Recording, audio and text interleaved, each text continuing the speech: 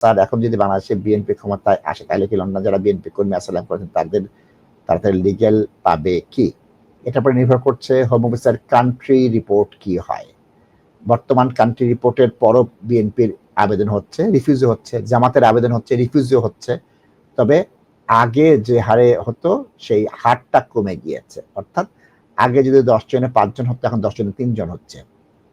দিনকে দিন home office আরো শক্তিশালী হচ্ছে এবং তারা দেখতে পাচ্ছে যে বিএনপির ক্ষমতায় আসাটা খুব দূরের বিষয় না এবং খুব আবছা বিষয় না, স্বচ্ছভাবে তারা দেখতে পাচ্ছে বিএনপি আসতে পারে, জাজরা ওটা বোঝেন।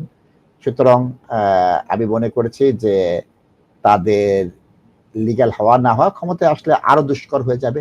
হোম অফিস যদি বলে জীবনে কোনো ভয়ই নেই, সেক্ষেত্রে তো তাদের পাওয়ার সম্ভাবনা কম।